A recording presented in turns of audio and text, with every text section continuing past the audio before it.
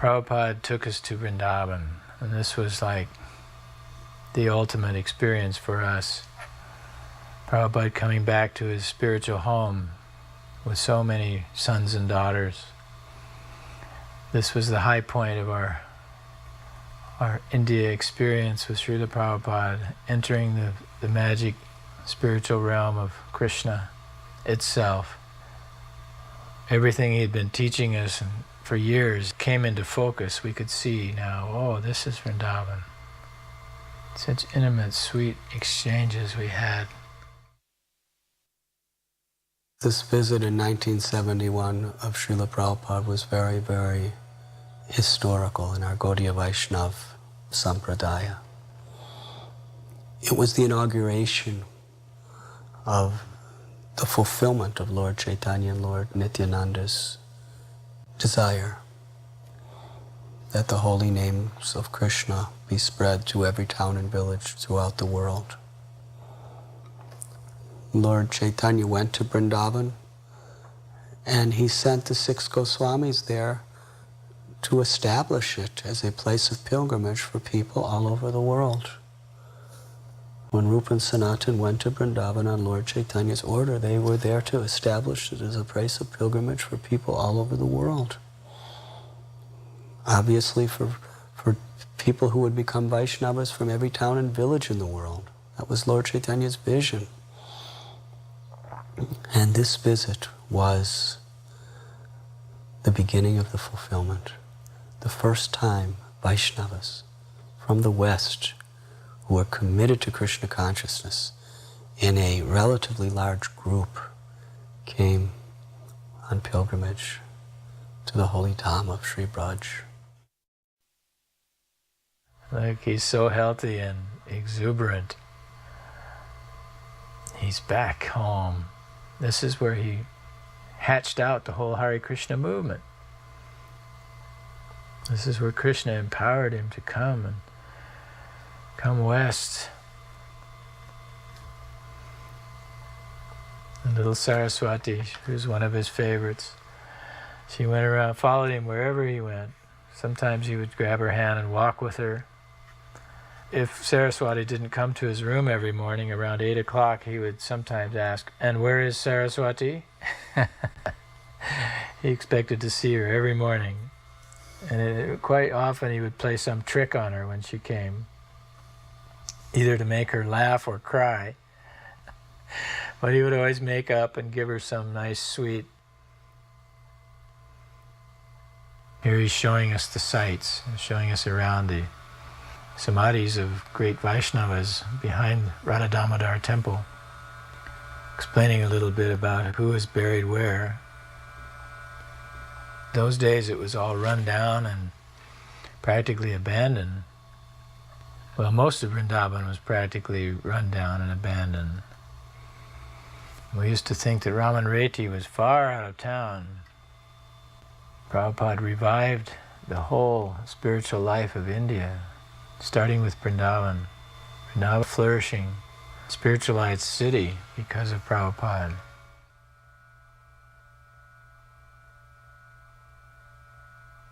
Of course, Rupa Goswami's samadhi there, Prabhupada's favorite place. He used to say that Rupa Goswami inspired him to go to the West and spread Krishna consciousness, as he would sit in his room and gaze out on his samadhi year after year and chant and read, translate. When we arrived in Vrndavan, I remember walking into Srila Prabhupada's room and paying my obeisances and saying, "Srila Prabhupada, what should we do now?" And he looked down at me and he said, "Just wander." So that's exactly what I did. I just went out into the Vrndavan village, and everything I'd read about in Nectar of Devotion and Krishna book, I was thinking of those things. And I wanted to take rest under a Kalpa Vriksha tree. It's something I'd wanted to do for a long time, so I just actually found one tree in the forest, and I actually fell asleep and slept very soundly and very deeply for a couple hours. And when I woke up, it was evening time, and I didn't really know where everybody was, but I heard in the background the kirtan going on Hare Krishna. And so I followed the sound, and I arrived at this big program where all Srila Prabhupada and all the devotees were, and the lecture had just stopped, and they were serving out prasadam. It was a great day in my life, just the way it worked out. Prabhupada was giving a lecture in a garden. There was a small pandal set up, and many Brijabasis came to attend that. It was somewhere in the area of Radha Govinda temple. And somehow or other I came late. And when I arrived, Prabhupada was just leaving, walking through a field back to his car. People were lined up on both sides to offer obeisances. And I offered obeisances, and Srila Prabhupada stopped in front of me. And when I got up, Prabhupada very affectionately showered his mercy upon me and told me how he was very pleased that I was so much attached to living in Vrndavan. And I was so ecstatic, and we got into the ambassador car at the Delhi airport. Sharma Sundar was there, and Prabhupada was sitting in the front, and we were riding to Vrndavan, and Prabhupada was quiet, and I was thinking, he's going to give some spiritual sloka about Vrndavan that'll inspire us. Prabhupada was quiet. Finally, I hear Prabhupada clear his throat, and he said, "Cement. We must get cement and build a water tower like that." He pointed out the water tower so we could have sweet water. But look at that. No, I'll never forget that kirtan. It was like you could feel demigods showering flowers. And the people were stunned. They'd never, because the way we did kirtan was Prabhupada did kirtan different than the traditional like Bengali or something. And when we first went to India, we were chanting like Prabhupada, and it was like that people had never heard. It was so potent. Prabhupada leading and the disciples following. These people had never heard anything like it, and they were just thunderstruck. I just loved, kirtan was my savior. It was my shelter. It washed everything away. It washed away all anxieties.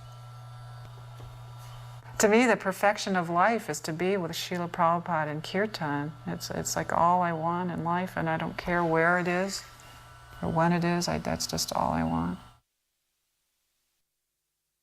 Now, when Srila Prabhupada came to Vrndavan, it was after he had left for less than 5 years. He had gone away to America, presumably to die amongst the infidels or be lured by the temptations of the West. But anyhow, when he came back, surrounded by disciples, after having made a famous tour through Surat and other parts of India, big Pandal programs in Calcutta, in Bombay, in New Delhi, that were in the newspapers, were traveling by word of mouth. So when Prabhupada appeared there with a few of his many devotees, it was an astonishing event that people could not ignore. And when he marched through, it was a triumphant march. They did not fail to be deeply impressed, because who else in the history of Gaudiya Vaishnavism, even from the time of Chaitanya Mahaprabhu, could lay claim to such a feat? Srila Prabhupada took us to many holy spots in Vrndavan. We would go by bus, and he would ride in his ambassador car. And here we are at Brahmandagat in Gokul, where Mother Yasoda saw the universe in Krishna's mouth. Srila Prabhupada is telling the story, much to our delight.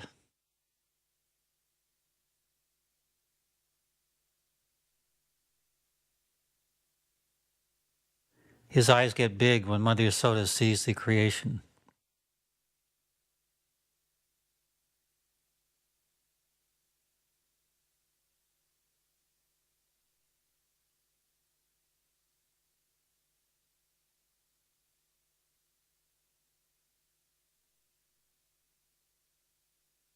For most of us, this is the first time we'd seen the Jamuna, and we were very eager to bathe in her transcendental waters. The bus went to Gokul, And we came out. Dinanath Prabhu was leading the kirtan, and Prabhupada came out of his ambassador car, which was in front of the bus. And we walked for some time up behind Prabhupada doing Harinam Sankirtan. And Prabhupada stopped us and turned around and said, "This is the wrong Gokul. This is Ballabhacharya's Gokul. We want to go to Mahavan Gokul." So then we all got back in the buses. And from there, from what I remember, we went to Brahmandagat, where we saw the beauty of the holy river Jamuna. Prabhupada came down with us, and he sprinkled water on his head. Then he told all the devotees that they should have full bath. And I believe Prabhupada was feeling somewhat ill that day, so he said that he was not going to take full bath. So he was sitting on the steps, and the devotees were bathing, and Prabhupada was watching us. He was so happy. His disciples, who he loved so very, very dearly, who he gave his life and soul to give them Krishna's love. Here they were in Gokul at the holy banks of Brahmandagat, happily taking their baths in the sacred river Jamuna. What that must have meant for Prabhupada. Huh. He's sitting there watching us take bath, and pretty soon he wants to go in with us. What can I do? My devotees want me.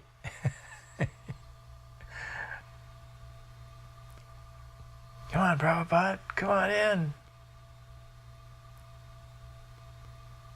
Here we are saying our Gayatris on sacred threads, standing in the Jamuna River.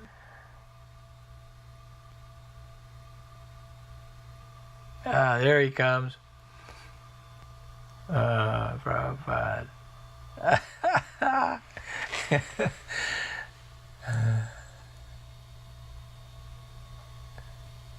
Whoa. A few of the ladies were kind of clustered together, and Palika was there. And at some point, we noticed that Srila Prabhupada was going in the water, although at first it didn't look like he was going to go in. Suddenly it was like, Prabhupada's going in. You know, I looked at Palika, we had the same reaction. We're going in too. We have to be in there with Prabhupada. And we have to do it fast because he's going to say Gayatri, and we wanted to say Gayatri with him. But both of us had only been in India for like a month. And we knew that the ladies bathed in the Yamuna, but we didn't know how they did it. You know, should we go in with our full saris and then walk around dripping wet? Because we only had a few seconds. Palika was down to her slip. And I was like, okay, me too. And it didn't matter anyway, because as soon as we hit the water, we went right under. So we were up to our necks in water anyway, so we were covered. And we wanted to get as close to Prabhupada as we could while he was saying Gayatri, and we got really close, like within 10 feet of him. And just our little heads, you know, were like scrunched under the water, and we got to say Gayatri with Prabhupada that day. And to me, that's the most memorable experience of the whole thing, was that Gayatri in the water with Prabhupada so close.